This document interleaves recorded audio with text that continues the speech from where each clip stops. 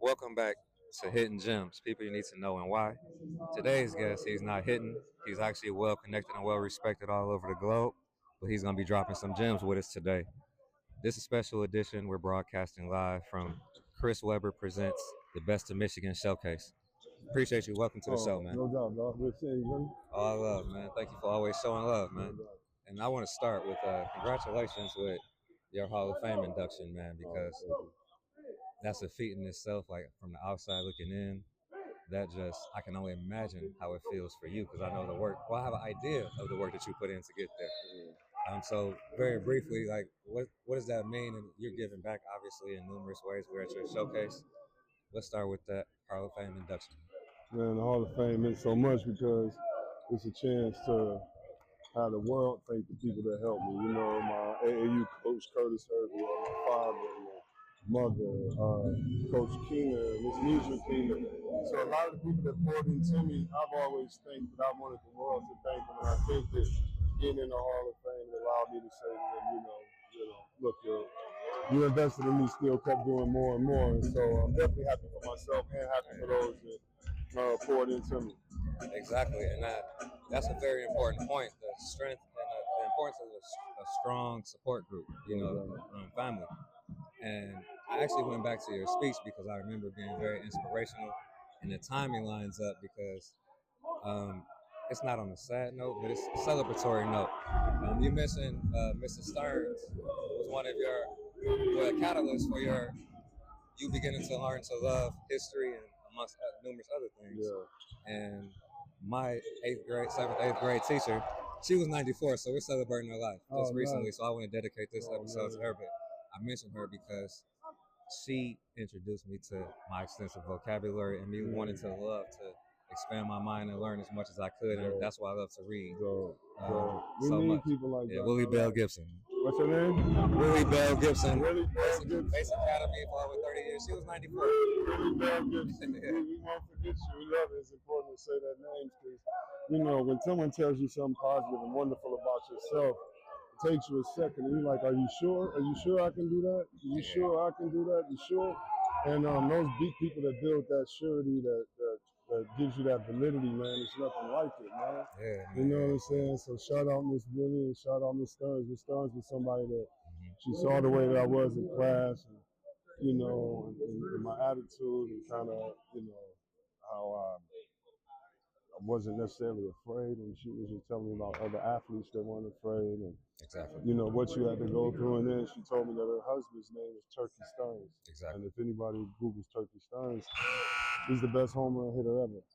He's the best home run hitter in the Negro leagues, but we know that those were the best baseball players ever because they couldn't play with everyone. So he's the best home run hitter ever. And she would tell me how he had to stay focused because he was one of the best baseball players ever, but he worked in GM where the Tigers owner, Briggs, owned the team but didn't let him play for the Tigers. And every day he's in the factory and he's depressed and he's going through it. And he talked about the people that surround us, and he had wonderful people around him that let him know it's okay. It's not who you are. We know your talent. And so it's very important, man, that we share our hearts with people because sometimes we don't know who we're encouraging and how much we're encouraging them. I agree, and I'm glad you mentioned that because I say that a lot. And I've known you briefly, but I see the way you maneuver and how you treat people. And I tell people all the time, you never know who you're in the presence of, and you never know the impact that you're having. Just being a genuine person. It's things that I've done, it's things that you've probably done. But some people take it and run with it. You thought you was just talking, or and it lasts a long time. And that's why I actually like to celebrate people because people quick to tell you what you're doing wrong, and that's why I'm quick to tell you I love you, I admire you, I respect you, and appreciate you.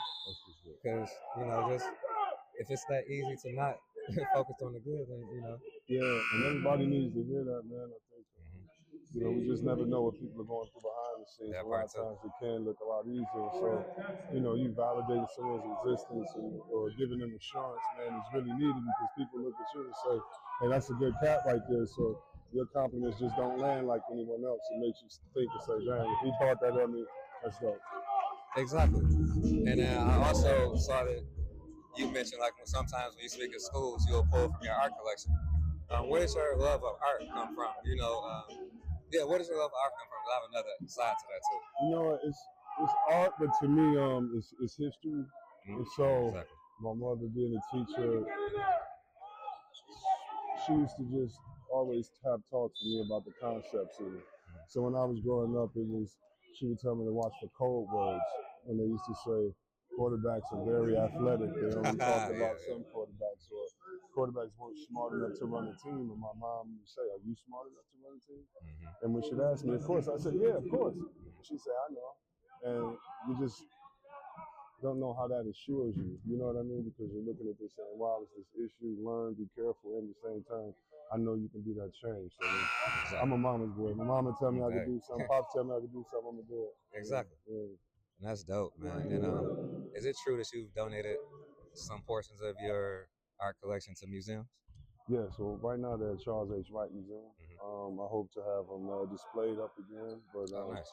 Phyllis Wheatley is probably I have two pieces that are probably my favorites. It's a book from the 1700s with Phyllis Wheatley, who was enslaved, and she learned to read and did some incredible things. So her book is the second book ever published by a female, and the first book published by a black female. So happy with that. And then the second is I got a postcard from Alex Haley, from Malcolm X to Alex Haley. Malcolm X was going to Mecca, and he sent back when Alex Haley was writing his autobiography. He sent him a postcard, and on the postcard it's a monkey like clapping his hands. And he talks about how the monkey gets more respect than some men in America now. And so those pieces are probably my favorite. That's powerful, man. And you mentioned that interaction. Autobiography of Malcolm X, definitely one of my favorites. I love to read biographies. I read mostly spiritual and business books, but then my third would be autobiographies. Congratulations with yours. Thank you. Appreciate it. Man, that's powerful. So I know you have stories for days. Why now? Like, what inspired you to say, "I'm gonna pull the trigger"? Because you could have did it at any given point. It's different phases. I think why now because I'm retired. I have time. The book took me about 12 years to write because I did all the research, all the work myself. I wanted to write every word, so it was tough in that aspect. But also, I just think God's timing. I have a young family now. I want the story to be there for my kids. I want to share with the schools and others, especially those from Detroit, to let these kids know that if I did it, you can definitely do it. It's just how we're gonna have to put some work to this thing, structure and discipline to it. But yeah, I just wanted to just share, how powerful and how great God has been in my life by putting people around me to pour into me, and now I want to do that for others. Yeah, that's amazing, man. Like I said, congratulations with that. Thank you. And what's the name of the book again, so people can check it out? The name of the book is By God's Grace. By God's Grace. Nice. What inspired the title? I wouldn't have made it if it weren't for God's grace. I think we can all say that coming out of Detroit, right? Man. And so I remember being in this gym and dreaming of playing and making it to the league. And so I'm just in here in awe and just happy now because I remember what it felt like. And God's word is true. And I just want to make sure I inspire as many kids as I can. Hey, and you definitely doing that, but you're just not inspiring the youth, man. We grown adults, you know what I'm saying? It's like I said, you never know the impact when it's genuine. Yeah. And and people like us, it seems like, I'm not gonna say we downplay it, but it just comes so natural. It's second nature, but you don't realize the impact that you're having. You never know who's watching. You never know who's watching, man. That's why you just want to make sure your character is consistent, so you don't have to fake it. That part too. Speaking of that, like you've mentioned grace and resilience, and I think that's important. I think that's what leads to the character and the way you carry yourself sometimes too, because sometimes it takes one to know when it's like an unspoken bond. As opposed to, like we mentioned earlier, instead of everybody don't respond the same way to tough love or condemnation, or I mean, if you made a mistake, and me and my homie talk about it all the time. It's interesting that human beings don't allow humans to be human. Yeah, I was like, that's the essence of it. It's like, how you gonna? that's so true, and I think it's Yeah. because our ego, you know what I mean, and pride and other Yeah. things, and so it's good when you get around people that are vulnerable, people that are honest, people that don't want anything out of you, but just to kind of give you what they've been through. And so when people share their experience with me or their past, their history with me, I value it because experience is expensive. Yeah, man. Right, You know what I exactly. mean? So, Yeah. And that reminds me, to your point, I mentioned it a lot. I believe that transparency is key in a humble way, because it's like when you're you all the time, you're gonna attract the right people and repel the right people. That's right. And you don't have much to worry about. Like, Seriously. you're gonna be where you're supposed to be. Yeah, man. Especially in life, there's gonna be ups and downs anyway. So the last thing you want to do is look back and be like, "Was it myself?" or "Was I Win your life. consistent?" Yeah. So that part, let's take out of it. Then we can have a clear focus on everybody else that affects the decisions. Yeah, I feel that. And since I got you here, I'll be thinking about these conversations a lot, because now, first of all, thank you for doing my show, because this is a monumental year for me. This year, 17 for the podcast. Oh, that's what's up. December 1st, 2008 was the very first show, man. That's what's up. I started off. Thank you, Pat. Yeah. I started off in the attic in Highland Park. That's what's up. Shout out to Stacy. Shout out to Stacy. Sounds of Soul Radio. I was Chris Massey show, and then we just kept building, and then it turned into an industry. Yeah. And I bring that up because it gives us a voice. I like the climate that we're in today. You may have to work.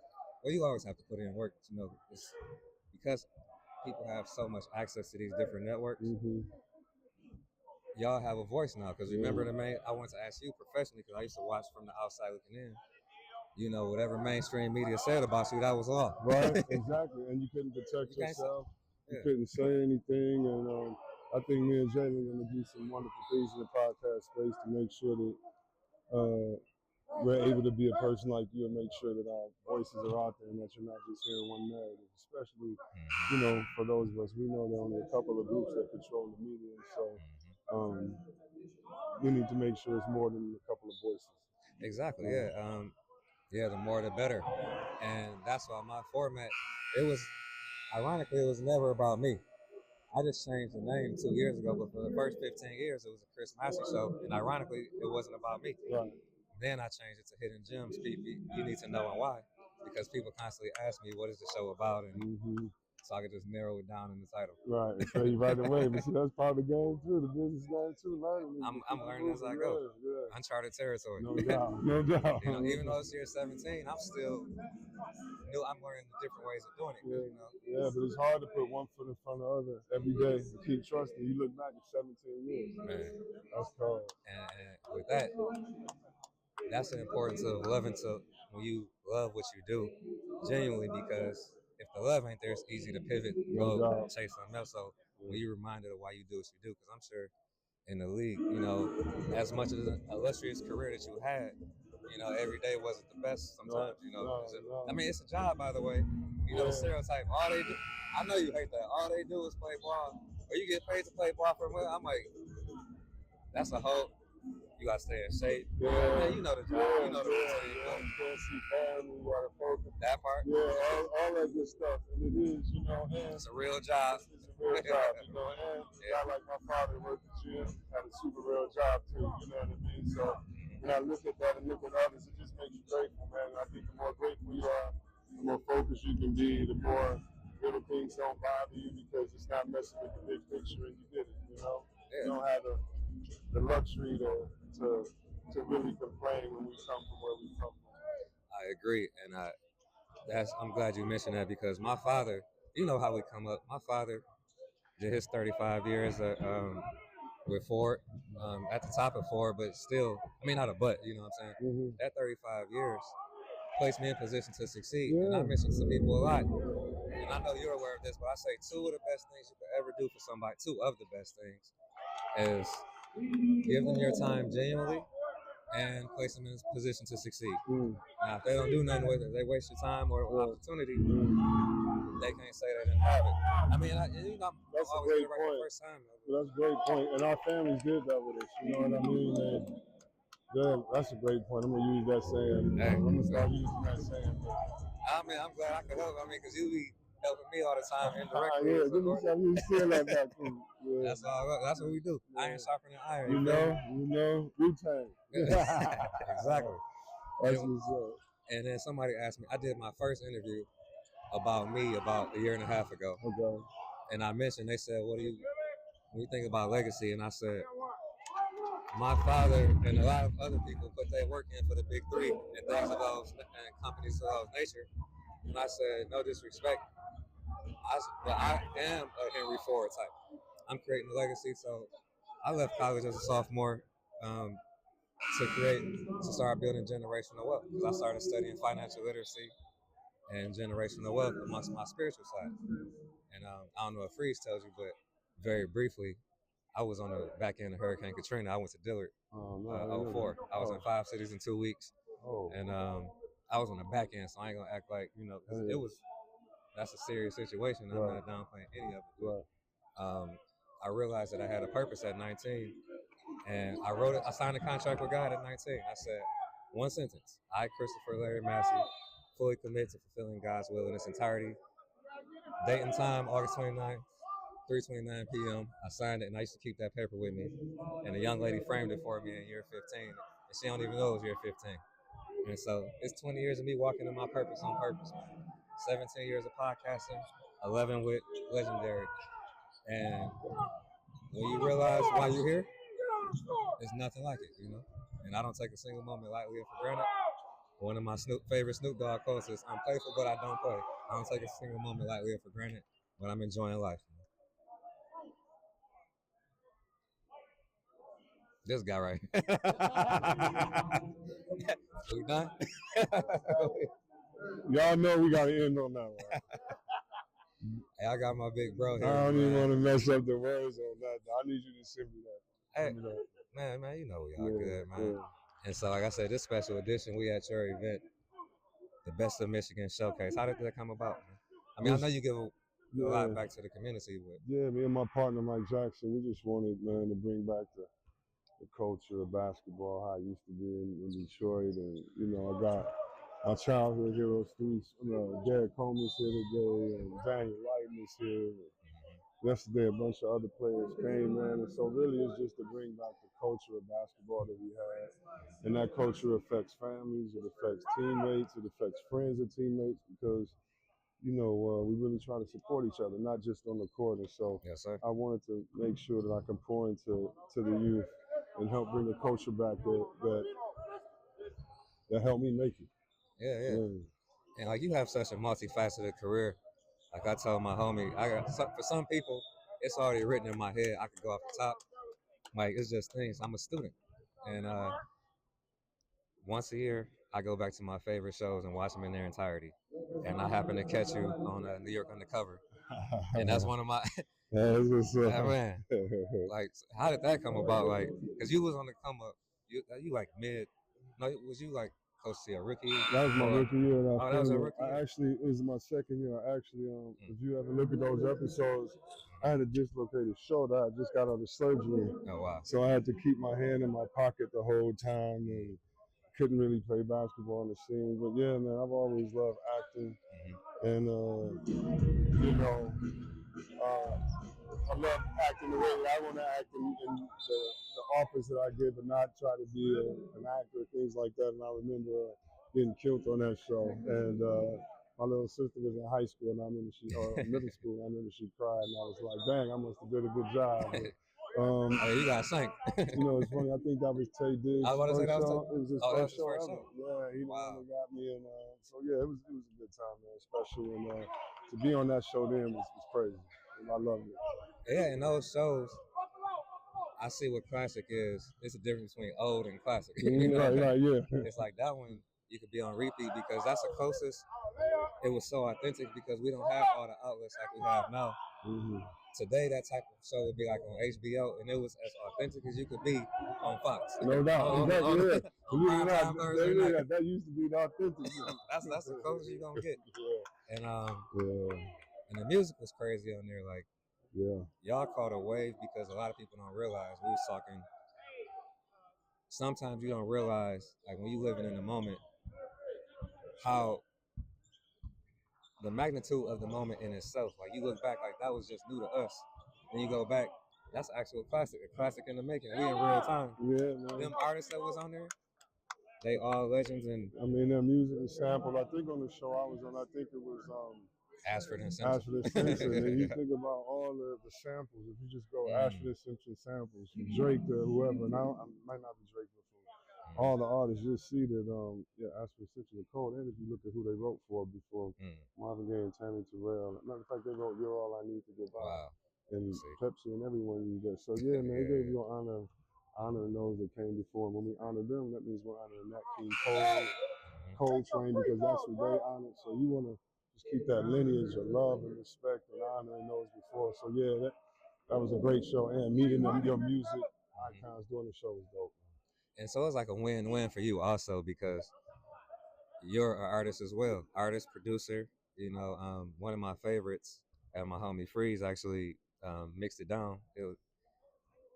You and him collabed on that Nas Blunt Ash. And that's crazy. That's 2006 now. I remember I bought the CD in 2006. Oh man, that's what's up, man. That was hip hop. We didn't have the streaming ain't like it is today. Like, and that's not that long ago, technically.